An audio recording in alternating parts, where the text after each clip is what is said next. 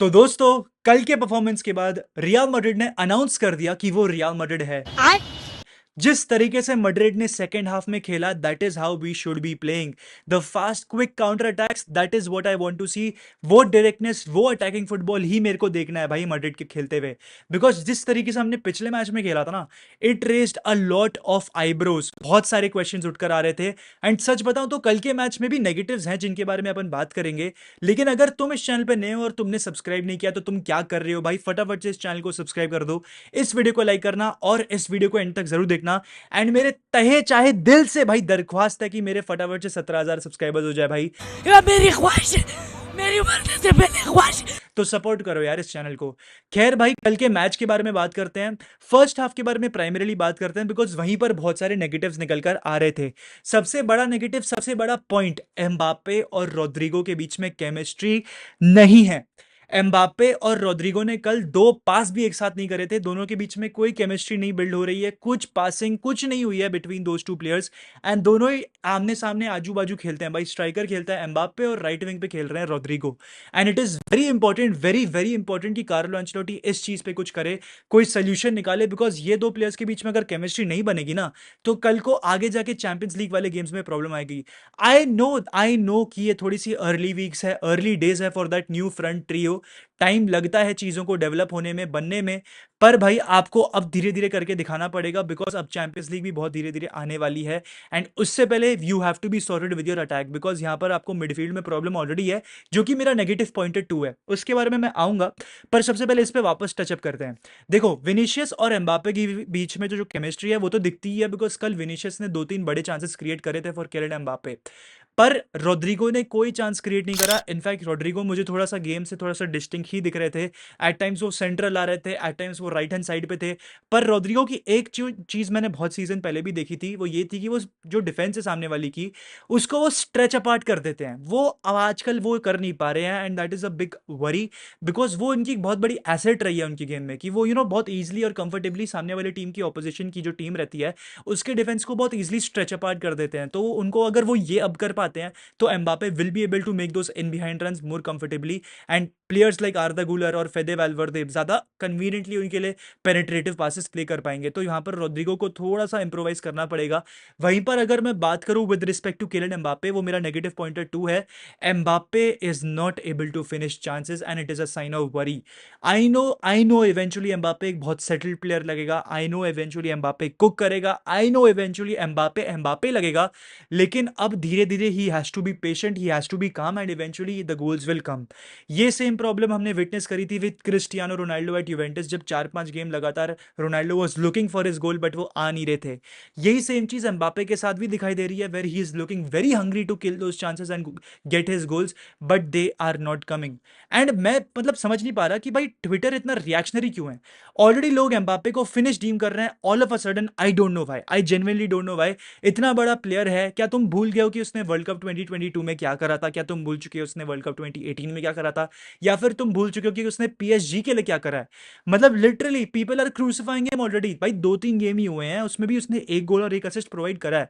Those are not bad stats, but at the same time I know कि ये stats Mbappe के level के भी नहीं है। जो स्टैंडर्ड्स एम्बापे ने अपने लिए सेट करे हैं वो उस लेवल के भी नहीं है। I understand that. और एम्बापे इवेंचुअली डिलीवर करेगा, आपको ट्रस्ट करना पड़ेगा और थोड़ा सा पेशेंस रखना पड़ेगा। और उसको भी अपने साथ पेशेंट रहना पड़ेगा भाई, क्योंकि तभी गोल्स आ पाएंगे। ही has to be calm, he has to be patient.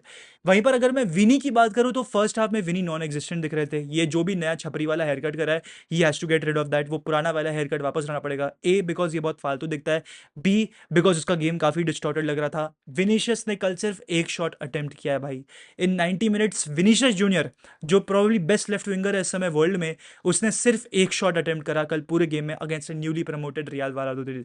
Yes I know उसने 4-5 ड्रिबल्स कंप्लीट करे, but he has to learn how to pass the ball. He has to understand Mbappe and Rodrigo a bit much better. I know ये chemistry build होने में थोड़ा सा time लगेगा, we have to be patient, but at the same time अब धीरे धीरे I think हमको चांसेस दिखने चाहिए। आई थिंक अब धीरे धीरे हमको समझना पड़ेगा भाई कि ये फ्रंट थ्री जो है, it has the potential, but it needs to reach that potential. अब मेरा जो एक और बहुत बड़ा नेगेटिव पॉइंटर वो ये है कि फेदे वेलवर्दे की इंडिविजुअली गेम काफी बढ़िया थी, मेरे को उससे कोई प्रॉब्लम नहीं है। डेफिनेटली जो एमओटीएम भी वेलवर्डे को जो मिला है वो डिजर्व्ड है, उसमें भी मैं कुछ कुछ भी नहीं कहूँगा, लेकिन वैल्वर्डे एक डबल पिवट वाला प्लेयर नहीं है, ये मेरे को पिछले 2 मैचेस में बहुत क्लियरली समझ में आ रहा है। देखो, रियल मैड्रिड जो है वो एक शायद से 4-3-3 या फिर एक 4-2-3-1 ट्राई कर रही है with Tchouameni and Valverde as the double pivot. अभी देखो, डबल पिवट पे असल में क्या होता है, जो आपके दो होल्डिंग मिडफील्डर्स होते हैं ना, वो उतने मोबाइल नहीं होते जितना वैल्वर्डे है। वैल्वर्डे जो एक बहुत मोबाइल प्लेयर है, बॉक्स टू बॉक्स वाला प्लेयर है, जिसको डिफेंस टू अटैक करना, भागना बहुत पसंद है। अब अगर वो होल्डिंग मिडफील्ड वाली पोजीशन खेलेगा तो प्लेयर को बेसिकली, इंग्लिश में तुम लोग समझ लो ना, मिडफील्डर का क्या काम है, एरिया को, स्पेस को होल्ड करके रखना, डिफेंस को होल्ड करके रखना, कॉम्पैक्टनेस मेंटेन करना। तो उसका क्या मतलब होता है कि आपका जो प्लेयर होगा उस पोजीशन पे, वो स्टैटिक प्लेयर होगा, वो उतना मोबाइल प्लेयर नहीं होगा जितना वैल्वर्डे है। एंड वही सेम चीज मैं कल मतलब पिछले वाले रिव्यू वीडियो में भी कह रहा था कि Valverde is not your holding midfielder, वो बॉक्स टू बॉक्स वाला प्लेयर है, वो स्टैटिक वाला प्लेयर नहीं है, वो मोबाइल वाला प्लेयर है। तो आप उसको गलत पोजीशन पे खिला रहे हो। ऑल्दो वैल्वर्डे का गेम इंडिविजुअली काफी बढ़िया था, he was winning a lot of interceptions, a lot of tackles जो वो करते भी हैं, और बहुत ही प्यारा गोल भी स्कोर करा है, ऑल्दो डिफ्लेक्टेड पर बहुत प्यारा गोल स्कोर करा है।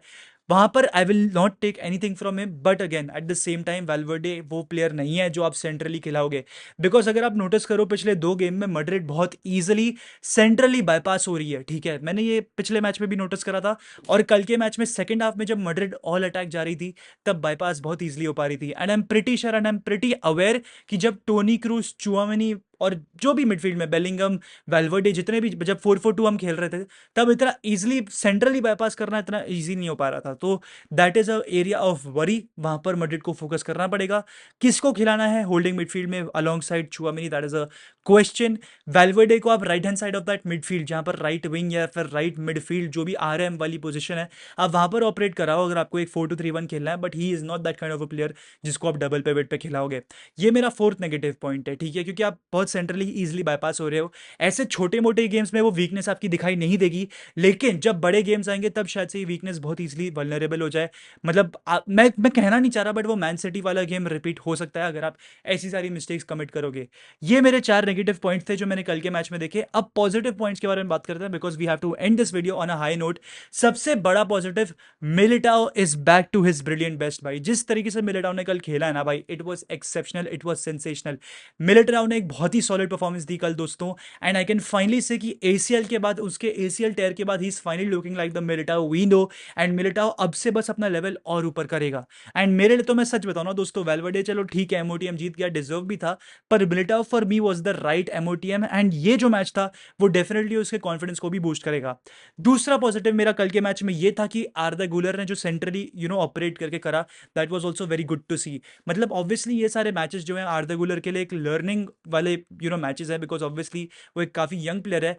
बट आर्दा गुलर सेंट्रली जिस तरीके से पासेस प्ले कर रहे थे सेकंड हाफ में, दे वर गुड, बिकॉज एम्बाप्पे और विनिशियस ऐसे प्लेयर्स हैं जो कि इन बिहाइंड रन्स बना सकते हैं, और आर्दा गुलर वो प्लेयर है जो कि थोड़ी सी डीपर एरिया से आके बहुत प्यारे प्यारे लॉन्ग बॉल्स या फिर पेनिट्रेटिव डीप लाइंग पासेस भी प्ले कर सकता है। तो आर्दा गुलर can be that creative outlet जो आपकी टीम में थोड़ा सा मिसिंग रहा है, and he can add a lot of creativity in that midfield. And Carlo Ancelotti ने कहा भी है भाई कि अगर आर्दा गुलर मिडफील्ड में खेलेगा, he has the potential to become one of the greats of all time. भाई, तो डेफिनेटली अगर एंचेलोटी कह रहे हैं तो डेफिनेटली कोई बात होगी। अब मेरा तीसरा बड़ा पॉजिटिव है, सबसे बड़ा पॉजिटिव इस मैच का ये था कि एंड्रिक ने भाई 10 मिनट के अंदर अंदर बहुत ही प्यारा डेब्यू गोल स्कोर किया फ्रॉम हिज वीक फुट। मतलब सोचो, लड़के ने सिर्फ 55 मिनट ऑफ फुटबॉल खेला एट द सांतियागो बर्नाबाउ, और उस बंदे ने ऑलरेडी ऑलरेडी 2 गोल स्कोर कर दिए। भाई, Anrich is a magical player, a magical striker, और उसका पोटेंशियल काफी ज्यादा हाई है भाई। उसको हाइप करना बनता है, उसकी पीआर भी चल रही है, that I am also aware of, लेकिन बनती भी है भाई। वीक फुट से बंदे ने बहुत अच्छी तरीके से कट एंड करके गोल स्कोर किया है, and it is definitely sensational.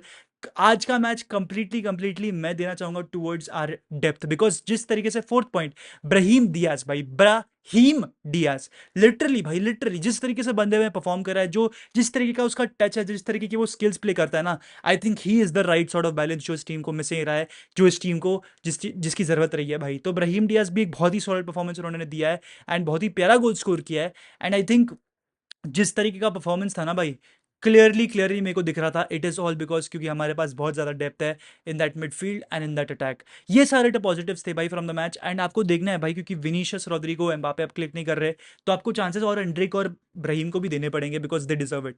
And Brahim एक ऐसा प्लेयर है जो कि बहुत ज़्यादा अंडररेटेड है, लिटरली कोई भी बात नहीं करता उसके बारे में। मारिनिस्तास भी बहुत कम बात करता है उस प्लेयर के बारे में, बट डिजर्विंग है भाई, बंदा लिटरली डिजर्विंग है ऑफ दैट स्टार्टिंग पोजीशन। और वो बता रहा है कि क्यों वो डिजर्विंग है ओवर रॉड्रिगो या फिर सम एक्स वाई जेड प्लेयर। तो दैट इज दैट दोस्तों, अगर आपको वीडियो अच्छा लगा हो तो प्लीज़ यार वीडियो को लाइक कर देना, चैनल को सब्सक्राइब कर देना।